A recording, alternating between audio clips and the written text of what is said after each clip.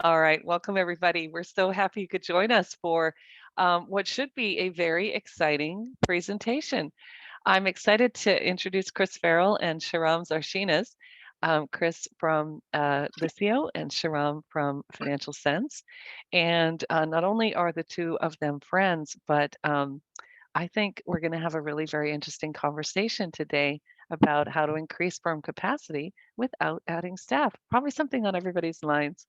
All right, I'm going to hand it over to you, Chris, and please take it away. Thank you, Elson, and welcome everybody. Very happy to see you all here. My name is Chris, as Elson mentioned, and I'm one of the founders here at Liscio. I spent about 12 years in finance and accounting, and the last 15 or so in software development for accountants. So hiring capacity, all that kind of thing has been near and dear to my heart for many, many years. And we're excited to share some thoughts with you today. And I'd also like to welcome Shahram. Hi, Shahram. How's it going, everyone? I'm Shahram, the founder of Financial Sense.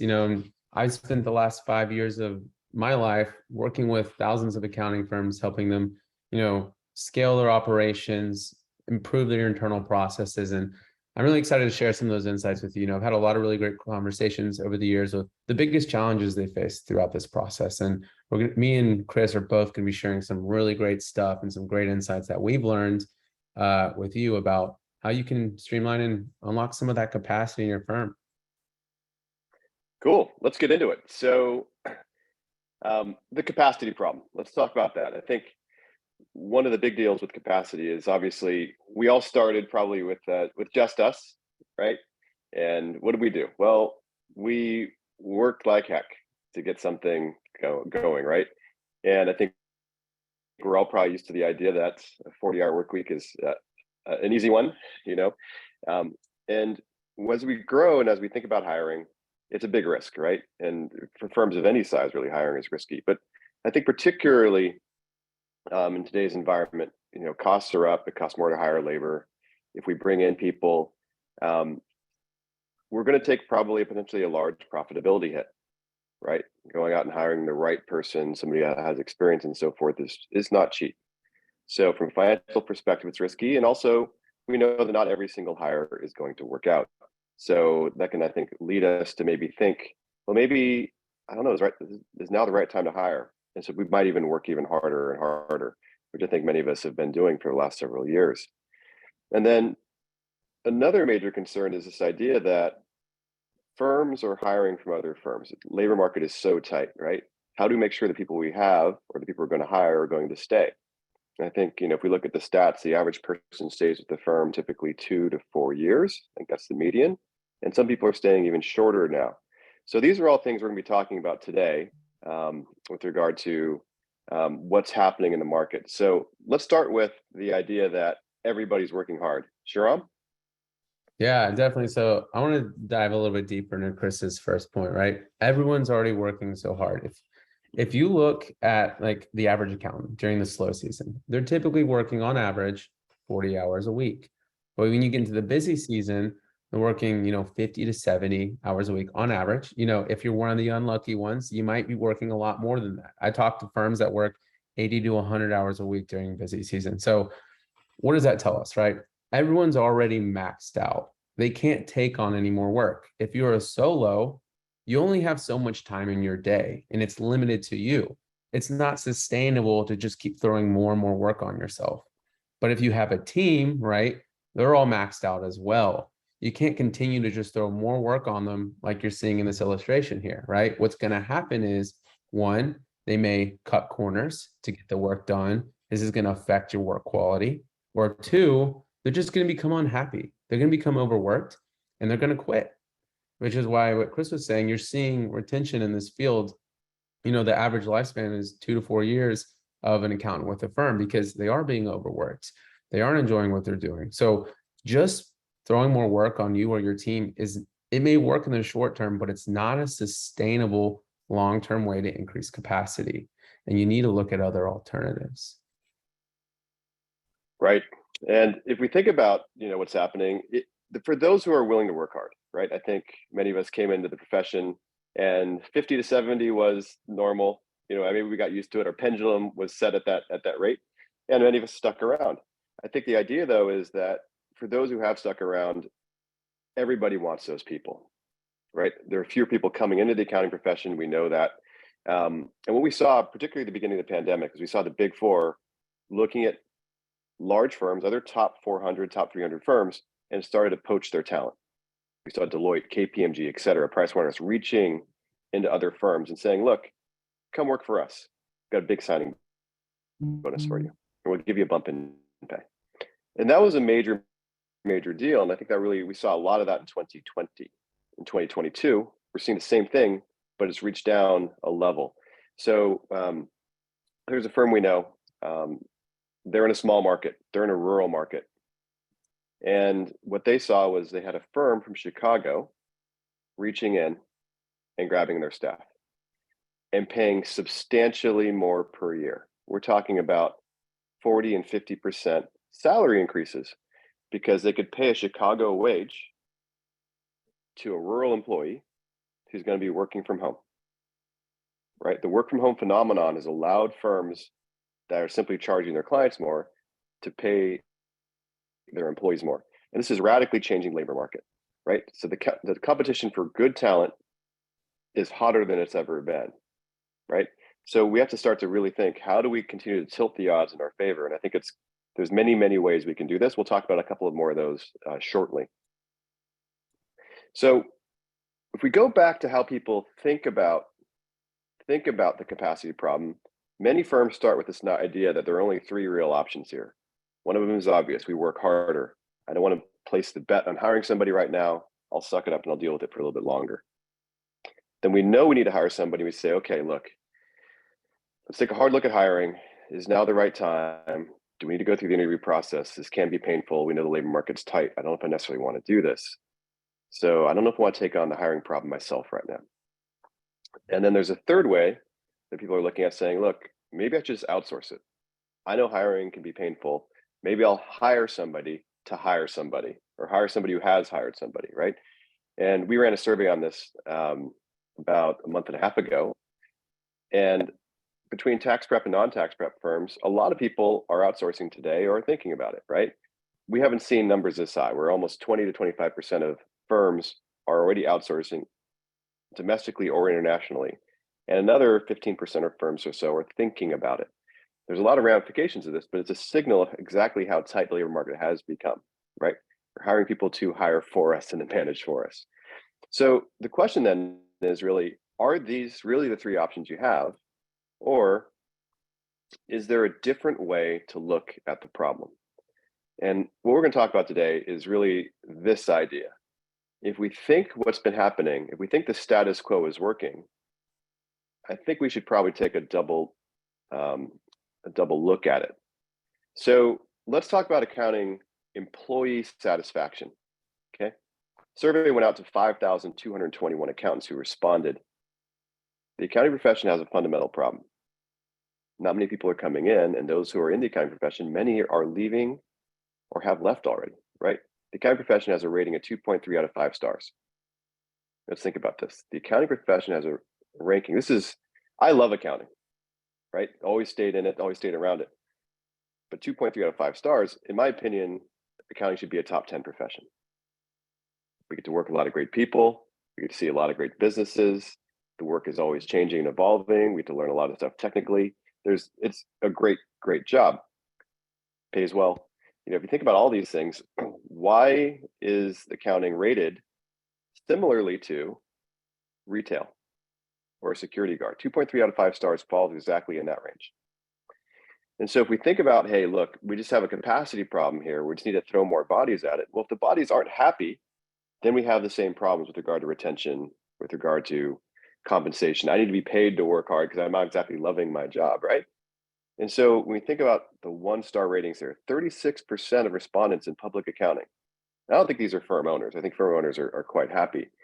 I think it's the staff and so forth that we're hiring, right? 36% saying 1-star, 27% saying 2-star. Those numbers should be inverted. We should have at least a third of people saying this is a 5-star job. We should have 99% of people saying that, right? So we got to think about the problem through the lens of the people whom we're hiring. This is not just a capacity problem that's going to be solved by labor. So let's talk about the elephant in the room. Shahram? Yeah, so based off what Chris was saying, right, when you look at a lot of people are really unhappy with the staffing firm are not unhappy with the work they're doing. So it really breaks accounting and, it makes it two jobs in one, right? There's the half that you love to do, right? Working with your clients, learning more about other businesses and working with great people. And then there's the other half, which a lot of people don't like to do, which is that admin work. It's that boring, time-consuming, and repetitive tasks that you and your staff have to do that don't really provide any value or bring any enjoyment, which is what's causing a lot of this dissatisfaction. So if you can find a way to really streamline and automate the half that people don't like to do, you can improve the satisfaction and drive more productivity and unlock a lot of capacity inside your firm. Accountants want to do accounting. We don't want to do a whole lot of admin, right? I think that's a fair statement. I studied it. No, my professors never told me, hey, you know what, Chris, when you graduate, half your time you spent, doing other stuff other than accounting. I said, what? What are you talking about? But it's not something that's well communicated in advance, I don't think, certainly. So let's talk about the labor shortage here.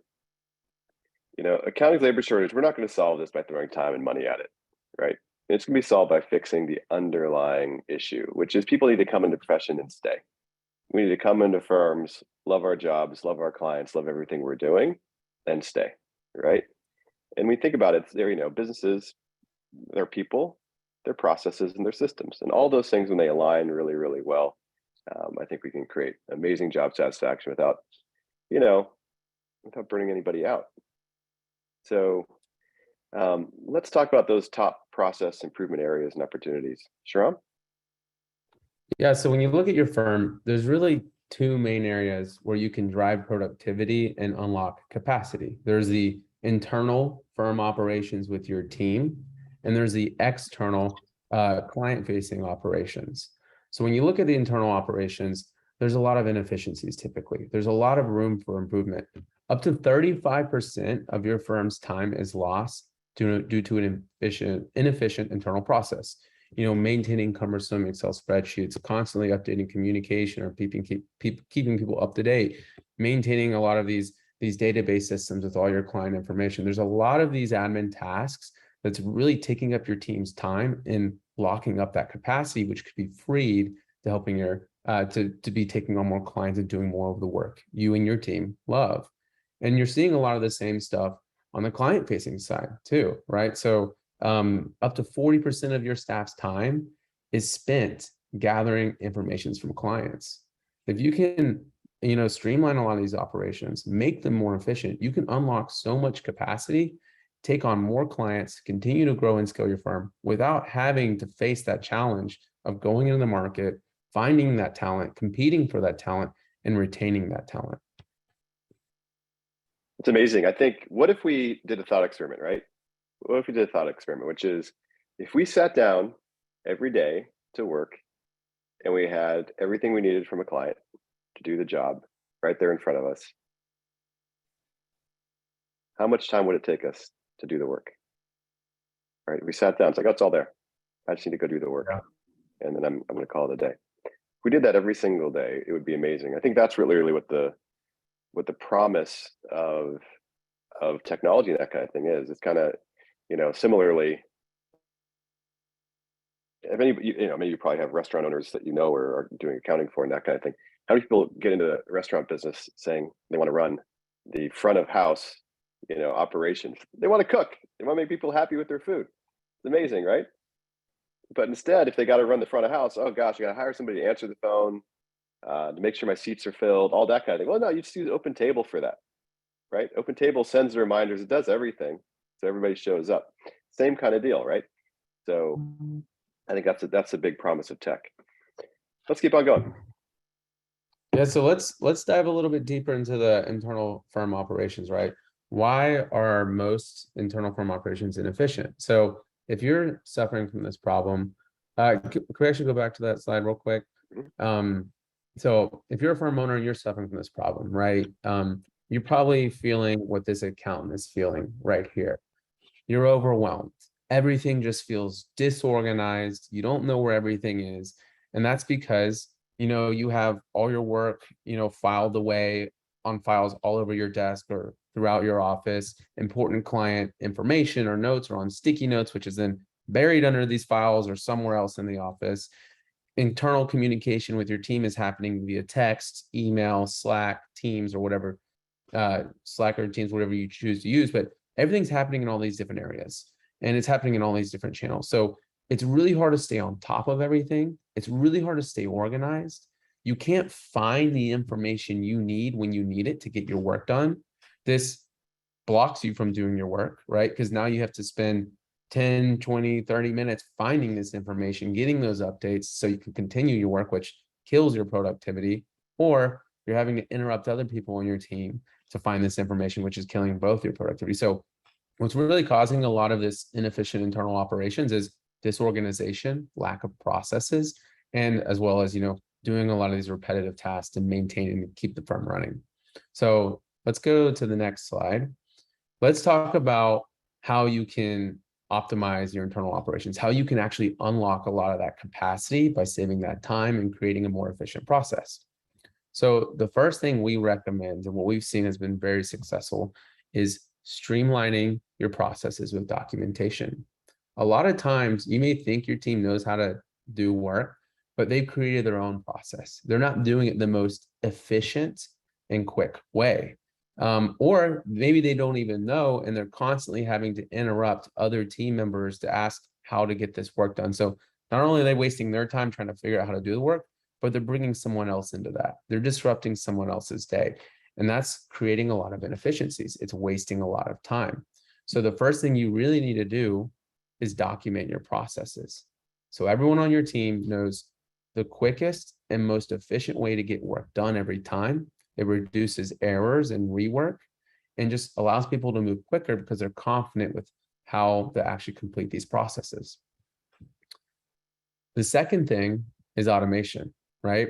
You want to automate a lot of these repetitive admin tasks. So accounting firms, you do a lot of the same work over and over again. You do payroll every 2 weeks. You do bookkeeping every month. You do tax returns every year or year ends. You're doing a lot of the same work for a lot of the same clients. And inside that work, there's a lot of little tasks that go into maintaining cumbersome spreadsheets, updating team members when they can begin, recreating that work over and over again. A lot of little things that add up and waste your time that you're doing over and over again. That means there's a lot of opportunity for automation. So if you can automate a lot of these repetitive tasks, you can save a lot of time, which is going to free up capacity and allow your team to focus on what they love to do. It's going to allow them to take on more work. It's going to allow you to take on more clients and increase revenue without actually hiring, whether it's you or a small team. And then lastly, which I think is the most important, and this kind of really references back to that image we were talking about earlier, you need to organize everything. You need to centralize everything into one place. One of the biggest issues is that your team, you or your team, can't access the information when you need it to get your work done. Updates are stored away in the Slack channels, email or text messages with your team. Your important files are locked away in a document management system where no one probably knows where it is, or even if they do, they have to try to find it or they don't have access. Same thing with work. It's in some files somewhere in the office or in someone's queue. You're waiting on people to get you this information. Your team is spending a lot of their time chasing down the information internally they need to get their work done. So you need to create a virtual hub that can store everything for your internal firm, your work, your SOP documents that we talked about, your team communication, and all the information that goes into getting that work done. So they can access it in seconds from anywhere. They don't have to chase someone down. They don't have to look for it. They don't have to interrupt someone's day to get it. It makes it so much easier for them to get their work done efficiently and on time, because there's two things that go into getting work done: knowing what to do, right, with the processes, and having everything you need to do. But at the end of the day, so this is where I'm going to pass it off to Chris, but you can't just, centralize your internal operations. You can't just create that hub for internally. You also need to link your internal work and your external client-facing operations together so there isn't that silo. Because it's not just the internal information that you need to get your work done. You also need the client communication. You need the client documents that they're sending you. So your team needs to be able to access both sides of your business, and they need to be linked together. So it's a single source of truth. One place everyone on your team can go to get everything they need from the work and client side to get their work done.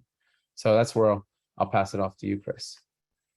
I love what you said, Shahram. I think, when you think about repetitive tasks and distractions, right? Repetitive tasks and distractions. Think about it. What if we sit down and work? We'd have to do all the same. So we could do accounting, right? But now the repetitive admin and have all the distractions. Totally different game, right? Cool. Let's talk about external client-facing processes. So we know accounting is a two-sided game, right? If our clients give us everything we need on time, perfectly every single time, we sit down, we do our job. If they don't, what do? Well, we start chasing them, right? Start doing other things. And so we think about this, rewind the tape, right? When I came in, my first job was with Arthur Andersen. If you ever heard of them, way back when, ancient history, right? What do we do? Well, we did everything in person. So from a client experience perspective, we call that CX. From a client experience perspective, CX 1.0 was everything was in person. Okay, we're coming out. You're going to do some field work. We'll see you in your office. We're all scheduled. Great, see you there. We go there, sit in a conference room, and we would plant ourselves there for a week or two. An analog for this, if you're doing tax, something else like that, or my grandma was a bookkeeper, right? Everybody would come to us. They'd come over, hand us the work. We'd do it. They'd come back over. We'd hand them the work back. They'd hand us a check, and we were done. Everything was bundled. How easy is that? I've got a folder here, everything I need to do. I'm going to hand the folder back when we're done. It's a clean transaction. CX 1.0 was easy, bundled, sane. Well, what happened? Well, email came. When there's email, everything changes, right? All of a sudden, we call this CX 1.5. CX 1.5, client experience 1.5. Well, we're still working on the phone. We're getting some emails going back and forth, but email isn't secure. IRS keeps on saying, hey, don't do it. So then we're thinking about, okay, well, maybe we need to do something for encrypted email here because I got a lot of SSNs. I got a lot of social security numbers, got a lot of employer identification numbers in my email box and in my staff's email box. Don't sleep well doing that. Better do something else. Encrypted email. Hard for clients to use though. What about electronic signatures? I need to get signatures. People used to come in, hand us stuff, sign in person. Can't do that over email. Well, now I got to go buy a DocuSign. I need to send large files, or I need to send files more securely. Don't want, financials sitting in email either. I need a portal now. Let's throw a portal on top of all this. It starts getting confusing for clients, right? Clients saying, well, this isn't easy for me. I don't even know where stuff is. I'm just going to text. And if I get something, I'm going to take a picture of my cell phone, I'm going to send it over to my accountant. My accountant's going to deal with it. Great. So, Mr. or Miss Accountant, may I get your personal phone number so I can text you? Oh, it's a great invitation, means we're close, but we probably don't really want that either, right? If they can't get hold of us, maybe find out about something, make a request on social media, right? So, raise your hand if you heard of any of these problems. This is a problem because everything unbundled, right? When things unbundled, it became unmanageable largely. And not just for us, but also for our clients, right? If our clients can't find something, they don't know where to look. It could be in one of 6 places. What do? They're likely going to distract us. So where's it all going to go? Well, it's all going back to bundling, right? Everything's going to come back together. So client experience 2.0, which is where things have been headed for quite some time now, is becoming reality. Everything goes back to an all-in-one app. Think about it this way. Your bank. If you use a major bank, Bank of America, Chase, etc., we do everything there, right? We don't have to go to the branch anymore. We're certainly not working on email. The bank's not going to send us anything on email anymore, right? We're going to deposit our checks. We're going to get our balances. We're going to download our statements, do everything online. We can do it on an app on our phone, or we can do it online in a browser. We feel secure as heck. How many people have heard of B of A or Chase's accounts being breached? It doesn't really happen, right? Super secure, hyper convenient, don't have to drive across town anymore. Clearly CX 2.0. So that's really the future for accounting. Clients are already used to it. It's an expectation today, and it's certainly where firms should be. And we think about it this way, right? We think about the distractions we get. We think about, hey, if you ever asked for something and the client says, say I asked it for you to forward over email, client comes back and says, well, I didn't check my email. Okay. That's probably happened to people more than once. If we send something to them, send the financial, send tax returns, but 6 months, a year on, they say, can you resend those? I can't find them. Distraction, right? What are we going to say? No, got to send it to them right away. They're probably applying for maybe a loan or something, right? We go jumping again. May I text you? Gosh, I appreciate being that close to you, but maybe I'm getting texts on weekends, nights, etc. now. Do I really want that? And there's another place for me to look. If I get a text, I read it, but I forget about it. That doesn't feel good either. I might miss something. And we certainly don't want that happening to our staff. I can't log into the portal. Well, portals oftentimes look like the software we use in accounting. They don't feel the same way they don't have the same client experience that they're getting today from, let's say, their airline or their bank or their restaurant reservations, right? It's not consumerish enough. Got to be easy. Got to be dead simple. Do you have a mobile app? Of course they want a mobile app, right? Everybody, I think the average American spends 3 hours a day on their mobile phone. The average American spends 3 hours a day on their mobile phone. It's actually more than that because 3 hours 15, something insane. But we got to be there. If that's where people live, let's be and work where they work and where they are. So anyway, as we have these things, we can start to minimize all these distractions from clients. That's where we win. That's where we really start to change the game, right? So fixing both internal and external is the holy grail. And what I think we'd like to do now is to show you how this really works in practice. So what I'd like to do is, Shahram, I'm going to go ahead and hand you the screen, okay? Perfect. So what I'm going to do, let me share my screen.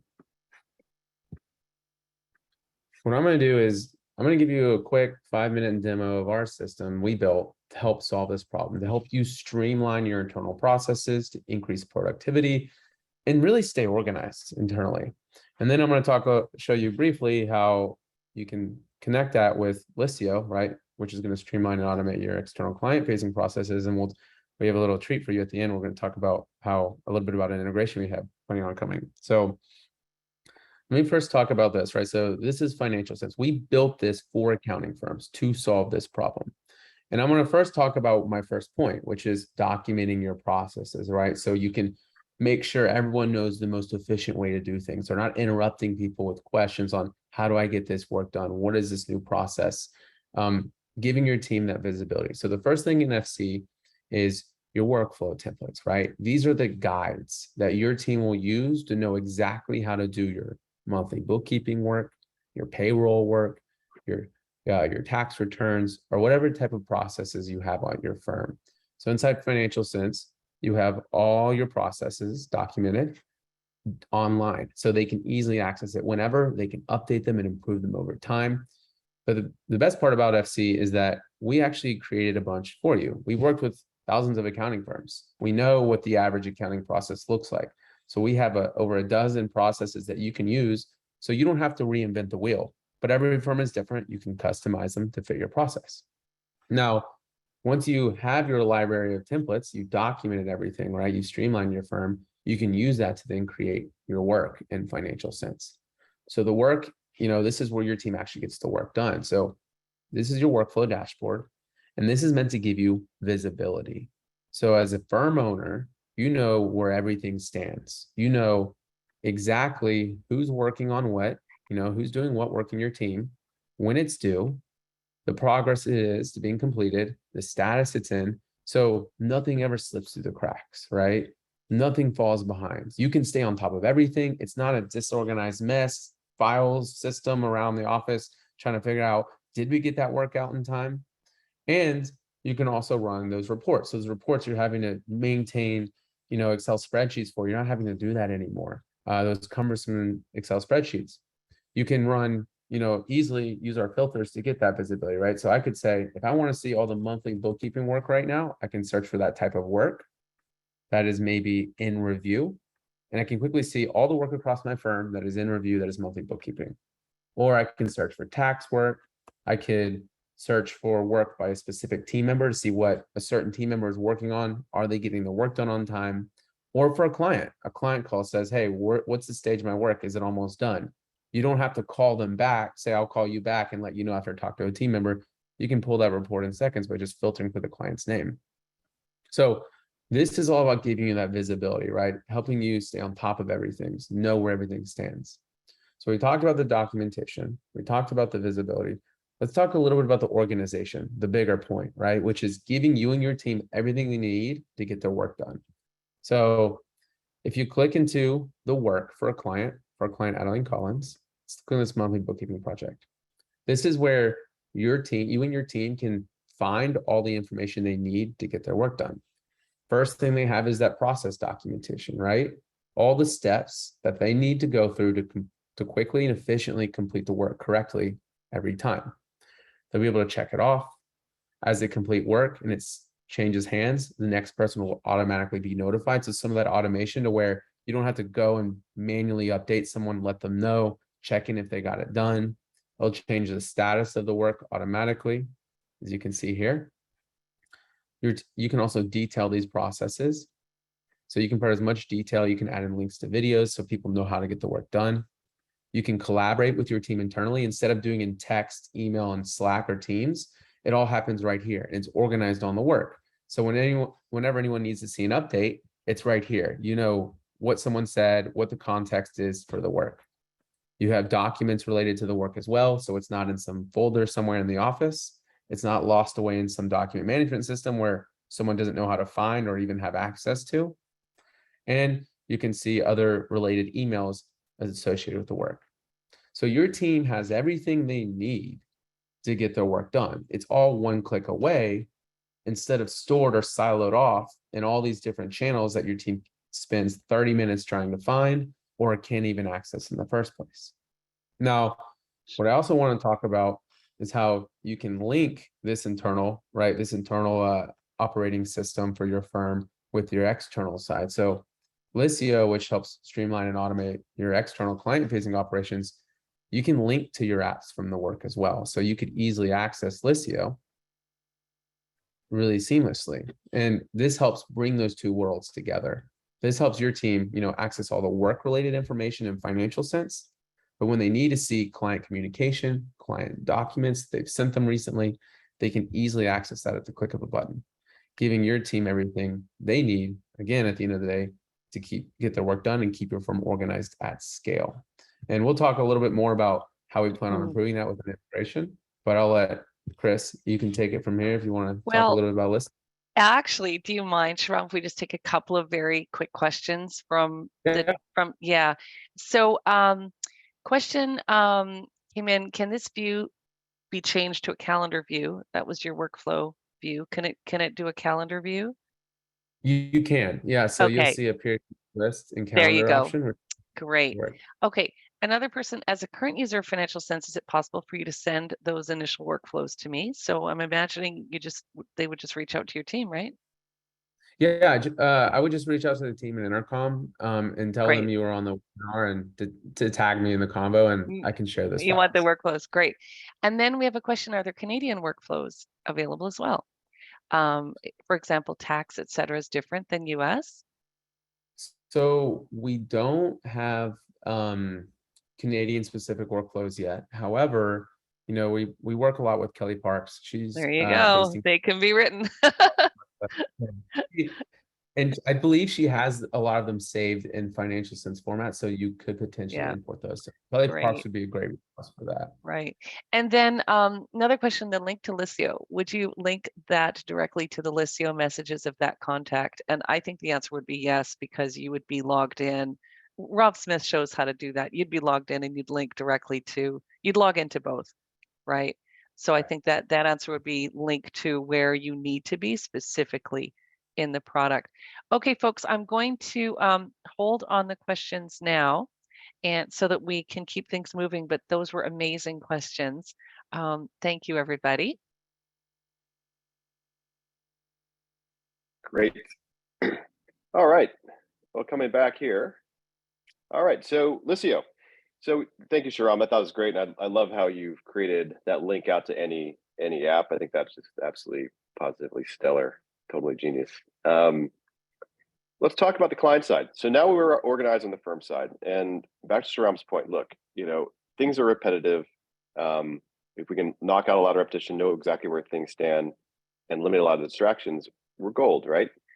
So how do we do that on the client side? Well, what we want to do is we want to bring them into a system bring them into a process where they can really do everything in one place. If you can create a single habit, just like our banking apps did, right? We got a great single habit, which is if I want to go, I use Bank of America. If I want to go ahead and find my statement or my tax forms or deposit a check or anything like that, I can do any number of things. I'll go one place, and I know I can succeed there. If I know I can succeed there, I will self-service. If I don't think I can succeed there or it's hard, I will not, right? That's the game we're playing with clients. That's the game we're playing self-service. And so really there's this idea that, hey, can that be a reality? And I'll show you a couple ideas just to share how easy this can be. So if I go over here and I go to, this is Liscio. If I'm here in Liscio and I want to, for example, talk to a client who just sent me a text message, okay? I need to change their habit. What I'll do is I'll come out here and I'll say, hey, message, plus message. I'm going to send this to the person who just sent me the text message, Christine. And we compartmentalize all of the information, files, messages, tasks, everything by the account. So we do her taxes, her personal taxes, and we do her City Lights Bookstore books. I'll pick taxes here. I'll say text, I received your text. You can create a very simple template, totally customizable. And I'm going to say notified via text for convenience and security, moving the conversation. Liscio, please scan the file using the app and send. I'll take a look. Okay. So somebody texts you with the request, hey, I got some document over. Just go ahead and say, I received your text, like that. Hit send just like this. And what'll happen is magic will happen. So if I were to go over to Liscio, what you're going to see is, this is my phone right now. I received your text for convenience, security, moving the conversation to Liscio.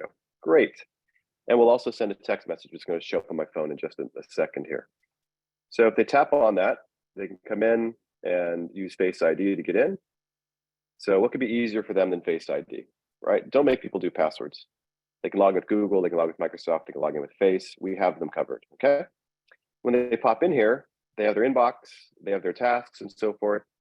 You can say, okay, for convenience security, please scan the file. Okay, they can see all this. And say, sure thing, will do. This is as easy for them as sending you a text anyway, right? But it's secure and they have all the tools they need to succeed, okay? Hit add attachments. I've got a 3-year-old, so I'm gonna show you some 3-year-old art.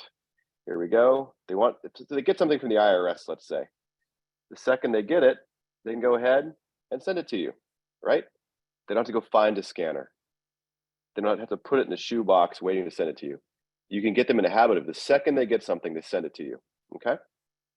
And what's brilliant about it is this idea that what'll happen is we take like that scan, for example, we put it here and we give it to you as a PDF, okay? It looks perfect. We corrected all the skew, the lighting, everything. It's ready to go, okay? And it's a PDF, fully converted. And we're going to put it in a place where if you want to find it later, you can. Everything is by contact and by account. So if we want to look at either, super easy to find. Also, if you need something from a client, just go ahead and give them a task. So I need to get something for City Lights Bookstore, okay? And I need to get this from Christine. I need it by a certain due date. Maybe I need to make it a recurring task, but I need to do something where we need to onboard them, okay? If I want to give them an onboarding checklist, for example, I'll just do that. I give them links to create a QuickBooks backup file, whatever it is. I can put images here, all sorts of stuff. But this is maybe a repetitive thing we have to do with every new client. Create your list, create your punch list, create the task for them when they come in. All that repetitive work is gone. It's now turned into a process, right? The client is never confused because the client is going to have a task list. What's outstanding? Well, 2 things. There's a financial file they need to work on, and they need to work on their onboarding checklist. We will automatically remind them via email and via phone. So you don't have to chase. We'll automatically remind them. So if a client ever came back to you saying, hey, you know what? You never asked me for that. Well, matter of fact, I did. And you can see exactly what we need. And you can see exactly when we created that task for you.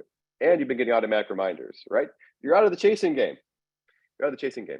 And there's one more thing I want to point out here, which is, again, distractions. If people can't find something, they'll call you. Well, Christine can come out here, see everything. So she wants to see her files, and maybe she's been a client of yours for quite some time. She might have a lot of files, in this case, over 1,000 files. But if she says, you know what, I need to find my tax return from, I'm going to go way back. Let's go like 2019, let's say month of May. She just pop in here, and I should probably do 2020, 2019 is probably too far back. But she can come in here and she can quickly target and find what she's looking for. There's her 2020 tax return from May out of more than 1,000 files, right? Pop in here, open it up, she's got it. Self-service, that's the key, right? That's what we want our clients doing. If they self-service, we don't have to chase them and all that kind of thing. We now have them in a single system, just like a bank, we win. Those things together, I'm certain, will save just about everybody at least a day a week. At least a day a week. This is exactly how we're helping thousands of firms scale up. Okay, so that was a quick little 5-minute overview, and I think we've had a number of questions. So I want to make sure there's plenty of time for that. Allison, can we come back to you? Yeah. So some questions regarding texting. So Denise has one. When texting a client, do they still get your personal cell phone number, or is it masked by Liscio? Great question, Denise. Thank you for that. It comes from our system. We don't want anything on your personal phones. Doesn't scale well. Keep your personal phone personal. That's really important. And to the extent that you have staff or want to add staff, you certainly don't want them creating another silo. So that text message went out through Liscio from our phone number and went into the body of communication by client, contact, and by account name. So it's all trackable and you have the full history stack there, okay? Yeah, and a follow-on question was, can't these tasks also be sent from Financial Sense? And I answered, well, yes, there's a little bit of overlap between the two. But Chris, maybe you could comment about why it would be beneficial to keep all of the client communications in Liscio. Sure. I think the key is really tooling, right? It's tooling. So if you think about requests, the various kinds of requests you might have from a client, you might need a signature. You might need to collect money. You might need to send something with a text alert, et cetera. You might want it, they might require more security, right? You might want to work from a mobile app. There's a lot of different reasons to think about all the stuff you want to put around the client to make sure you get everything. If you believe you need something more than an email related task, right? And you don't think email is the right solution for your company long term, definitely take a look at Liscio. If you think, hey, email is good and that kind of thing, then I think Shahram's got a great solution for you as well. So this is about optionality for you. You're going to pick the client experience you want. But the consistency, I think, is the important thing, right? Like, don't confuse your clients and kind of like pick one and go with it, right? Yeah, and yeah, then, we believe in a single habit. Yeah. Yeah. And then Asif has a great question. Does Liscio replace the document management system like Sharp, SmartVault, or SharePoint, or do we still need a DMS system? It really depends on, my personal belief is there's two kinds of storage in a firm, right? There's client-facing storage, which is very different from firm storage. Right. So client-facing storage, it's got to be simple. It's got to be on the mobile device. It's got to be hyper secure. It can't be confusing, right? I think that's Liscio. Firm storage, when I think of, hey, you might have a lot of work papers, you might have a lot of different things that you're doing. And let's say you're using SmartVault. I think SmartVault's an awesome solution. Yeah. Right? Use that for firm storage. You firm perm files versus client files. You try to put a client in your firm file storage, have navigate directory. It's a mess. It's a mess. May have mixed results. Mixed results. So. And also SmartVault, I think, has the obvious advantage that it integrates with your tax system. So, if you may have some folks that have, need access to certain things, but not access to other things. So, yeah. So and it integrates with Liscio. We are big fans of SmartVault. Yeah. So we would never say no. We have a partnership with them as well. Yeah. Yeah. I think it's a great combo. And then Christina, can the text feature be used to solve the issue of verification codes going only to one team member? That one's an interesting one. That one, no, I don't think that, because that typically is going to go to a designee. we'll look into that. We can talk to you about that. I wouldn't try to sell Yeah, it. and that's a great question. I think I don't have ever seen that one happen before. I haven't seen it, but there is an area in Liscio where you can share logins, you can share, secure things like that. So for each account, but we know where you're going with it. We should talk to you about it. I think yeah, there's some things we can do for you next year. yeah, great. And then Leslie has a comment. She's like, I like it. Keep it simple for them, but complex for us. That's right. It's really true. It's really true. Yeah. Yeah. It's the pattern that works. You go into a Yeah. bank and you see what the tellers are working on. They're working a system that if we ever saw it, we would walk out immediately. Same thing with airlines. You go to airlines, we're using a totally different system behind the scenes, right? That we get to take a look at. But we get a great app, right? That works. That pattern always works. That's right. Okay, I think that is it for questions. We were hoping to keep the webinar about 45 minutes today. So do you guys want to wrap it up, or do you have any more things you want to say? Shahram?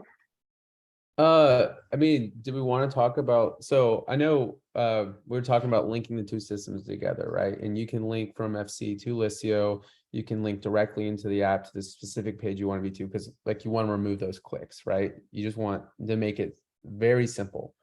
But we've been talking and we're actually planning on doing an integration with Liscio, right? There's so many ways we can make that integration much tighter and that's process more seamless and organized for your firm.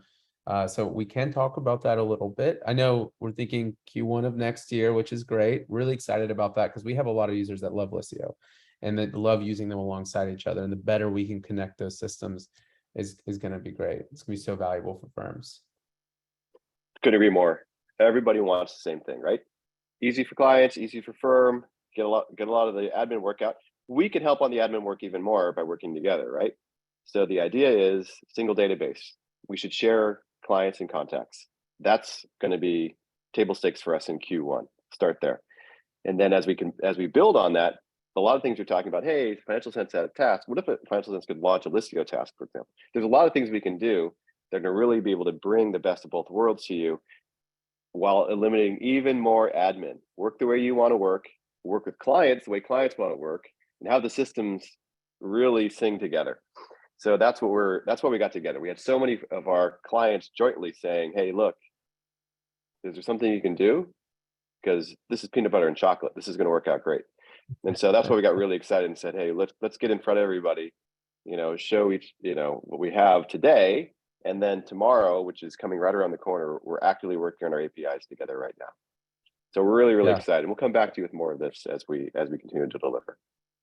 Really excited about this. And it really does come back to, like you talked about, reducing a lot of those things people don't like, those little admin tasks, like this single database for clients. Like no one likes adding a client in one system, then adding it in 4 other different systems. It's a lot of wasteful time and it's hard to maintain. It's easy to forget and it causes everything just to become just disorganized and inaccurate. So I'm really excited about a lot of the things that we can do here to just create that single, that single source of truth, one place to go to get everything and have everything synced and all the information and the client information completely accurate across the board. So it's going to be really great. A lot of exciting things in store.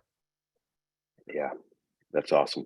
That's awesome. Well, thank you, everybody. Yeah, this was great. Yeah. Well, we have a lot of comments and people supporting each other, which is really awesome. I love it when I see users talking to each other.